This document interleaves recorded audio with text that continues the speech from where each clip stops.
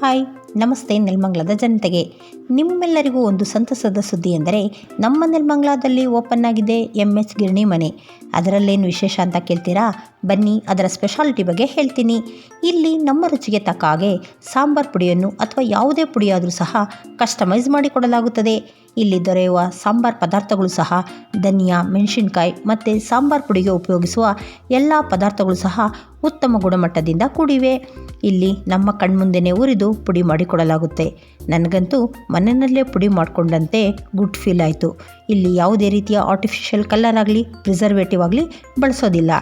ಅಷ್ಟೇ ಅಲ್ಲದೆ ಅವರೇ ಮಾಡಿರುವಂತಹ vangi bath powder, sambar powder, puliyogare powder, biryani masala ಹಾಗೂ ಎಲ್ಲ ವಿಧವಾದ ಮಸಾಲ ಪದಾರ್ಥಗಳು ಇಲ್ಲಿ ದೊರೆಯುತ್ತೆ.